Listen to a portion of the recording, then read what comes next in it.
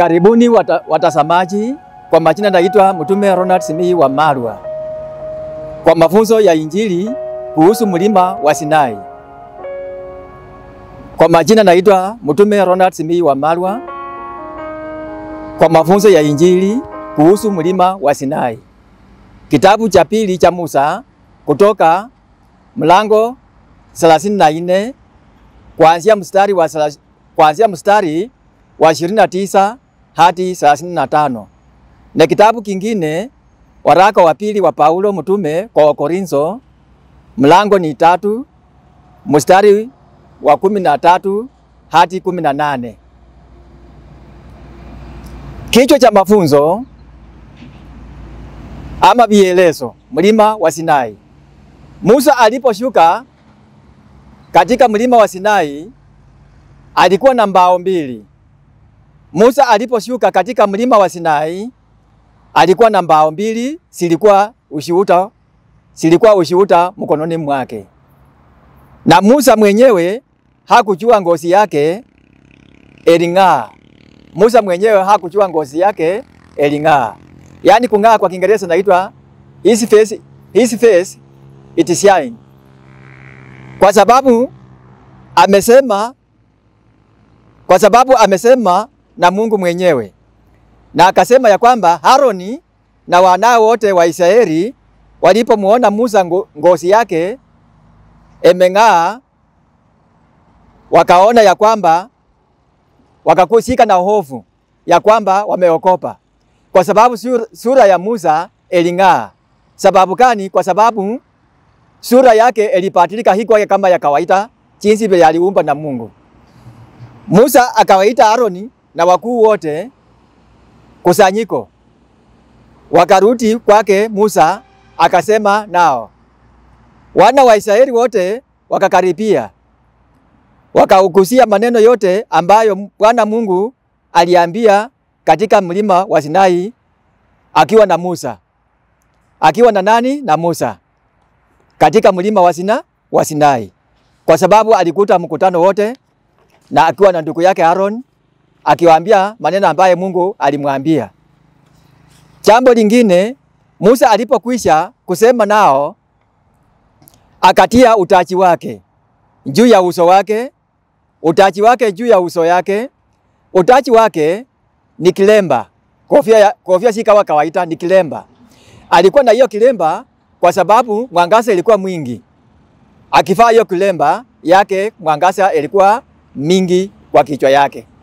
Kwa sababu kulingana na vile alikuwa, ndio maana Aaron na wana wa Israeli walimuona wakaokopa. Sasa wakati walikaribia kwa mkutano yao, na Aaron ndiye akatoa utaji yake. Utaji yake hiyo ilikuwa kofia ya kilemba, yani ilimaanisha kwamba uso yake ilikuwa eling'aa na kuwa na mwangaza mwingi. Sasa alipofanya hivyo, baadaye ilikuwa desturi ya Musa alipoingia mbele za Bwana. Ilikuwa desturi ya Musa alipoingia mbele za Bwana. Akatoka akawaambia wana wa Israeli maneno yote alivyoambiwa na Bwana Mungu wetu Mwenyezi Mungu. Alivyowaambia Bwana wetu Mungu Mwenyezi Mungu jinsi alivyokutana na yeye katika mlima wa Sinai. Kisha walipokutana na yeye mlima wa Sinai, ndiposa Mungu akamkuzia maneno ambayo alizungumza na yeye.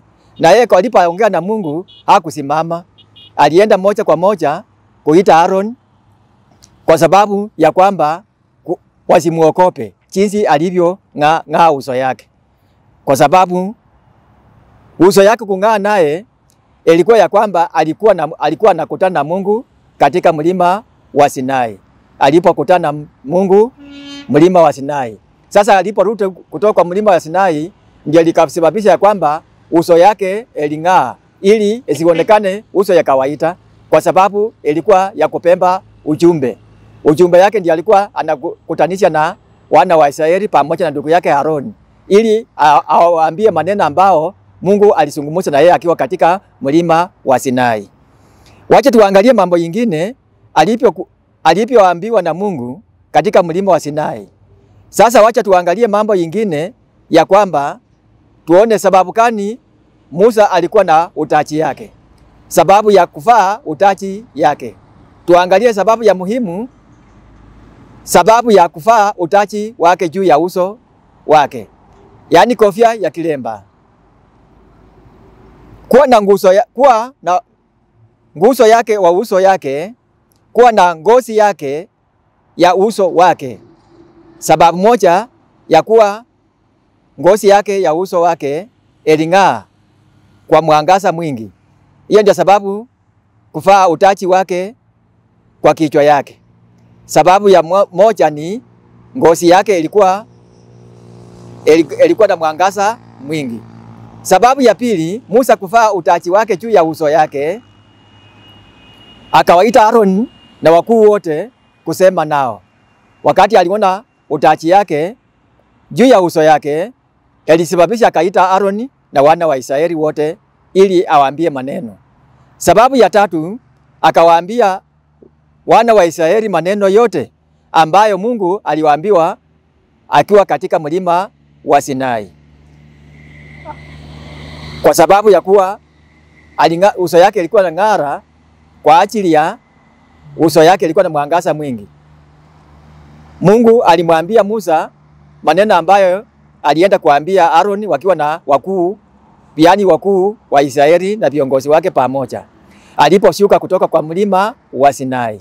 Aliposhuka katika mlima wa Sinai. Hiyo ndio sababu ya kuvaa utaji wake uso wake. Kwa sababu uso wake ilipatilika, watu wakashangaa, ni nini hiyo Musa anaonekana kuwa hivyo? Si kupenda kwake. Alafu sababu nyingine ya kuvaa utaji wake, Musa alivaa utaji wake kwa uso wake sababu kwa kuwa alikuwa na mwangaza mwingi. Alikuwa na mwangaza mwingi. Na alikuwa mwangaza mwingi kwa sababu ndiye alivaa utaji yake kwa kichwa yake. Alafu wacha tuangalie mambo mengine tena. Sababu ya Musa kuwa na mbao mbili. Sababu ya Musa kuwa na mbao mbili kwa mkononi mwake. Sababu ya kwanza, zile mbao mbili zilikuwa za ushuhuda. Zile mbao mbili zilikuwa za nini? Za ushuhuda. Alafu kutoka hapo Musa mwenyewe hakujua ya kwamba ngozi yake ilipatilika kung'aa. Hakujua mwenyewe ngozi yake ilipatilika kufanya nini? Kung'aa. Kutoka pale Musa mwenyewe akaendelea na ujumbe yake kulingana vile aliambia na Baba wetu Mwenyezi Mungu. Sababu ya pili, Musa kuwa na mbao mbili kwa mkononi mwake, zilikuwa na maneno ya Mungu kuhusu agano la kale. Bwana asifiwe sana. Amen. Sababu ya pili, Musa kuwa na mbao mbili zilikuwa na maneno ya Mungu kuhusu agano zake za kufuata. Yaani mamlaka yake ambaye ziliandikwa ndani ya mbao mbili zilikuwa agano la Mungu. Agano la Mungu ni kufanya pamoja na wana wa Israeli. Hiyo ni kitabu cha Kutoka mlango 34 mstari wa 27.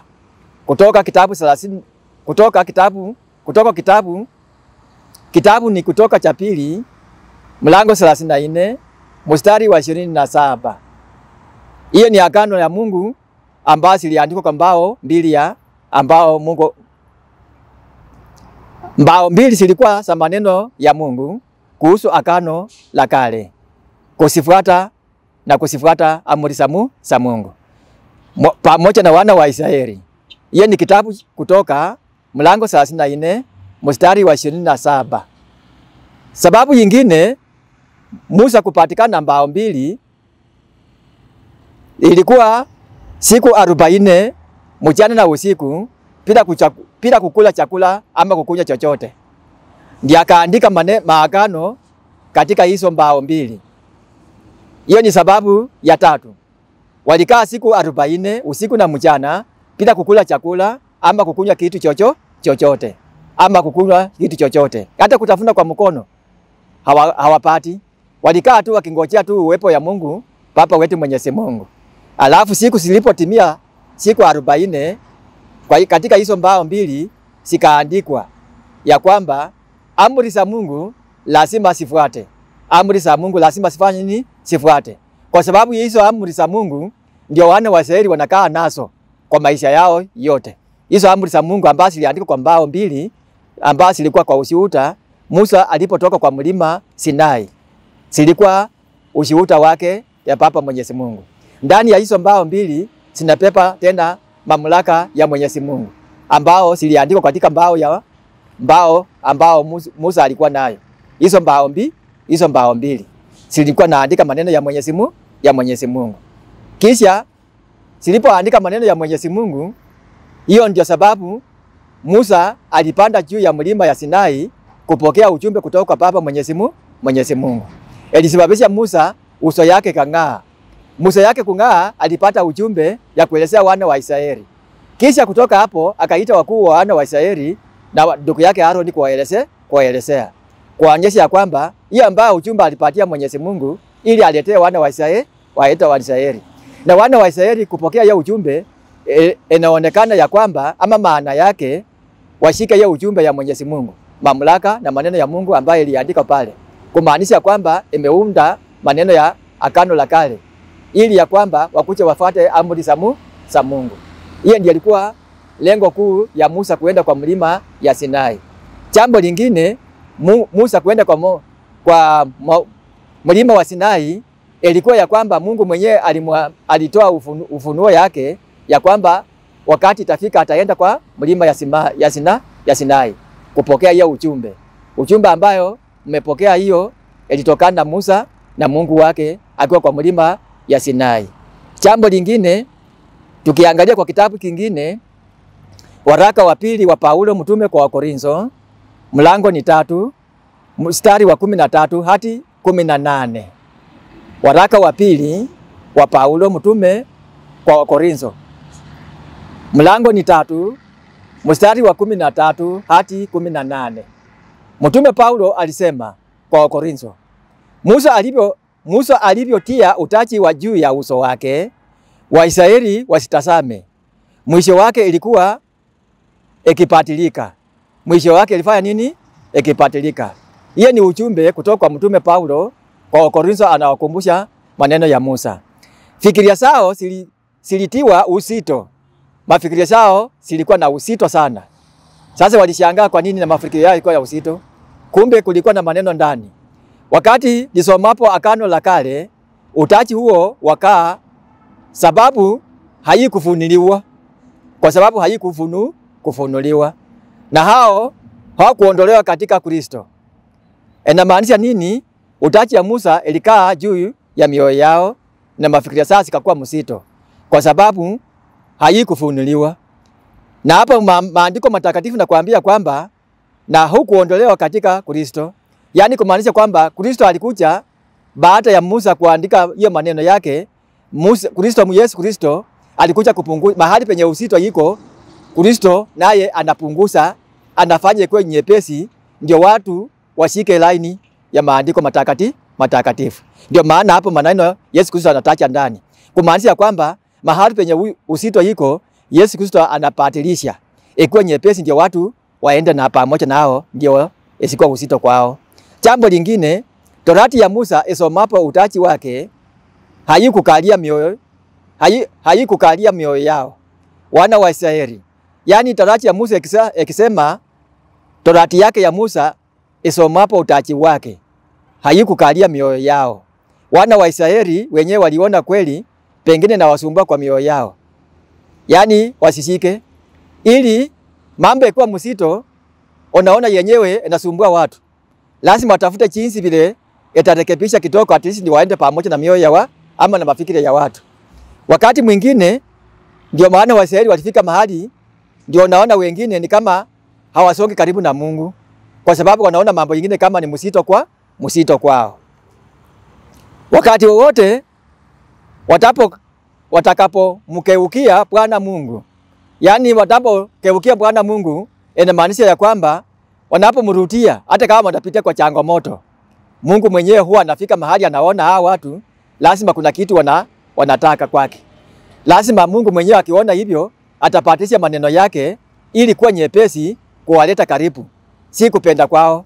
Na Mungu mwenyewe atakubali ya kwamba lazima makeuzi kupatisha maneno ikuwa rahisi kwao. Yaani kwa maana ya kwamba anawapenda.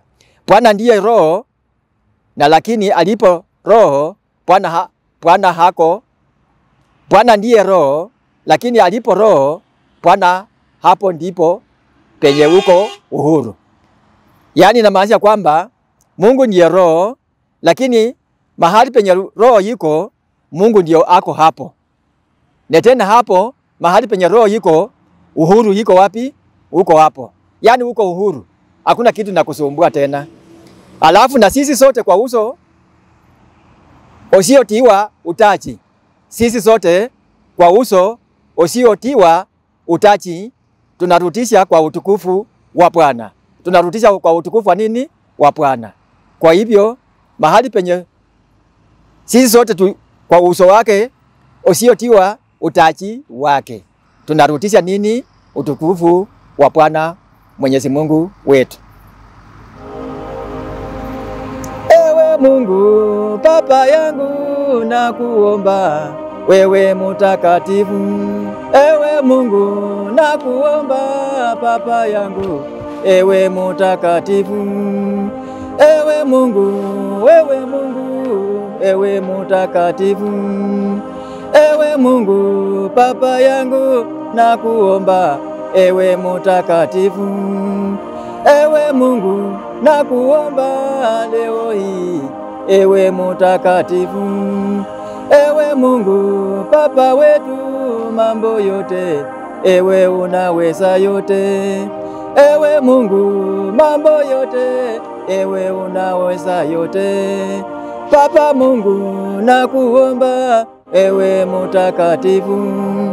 Baba Mungu nakuomba, ewe mtakatifu. Mungu Baba, wana wa Israeli walilia, ewe mtakatifu. Ewe Mungu, wana wa Israeli walilia sana, ewe mtakatifu.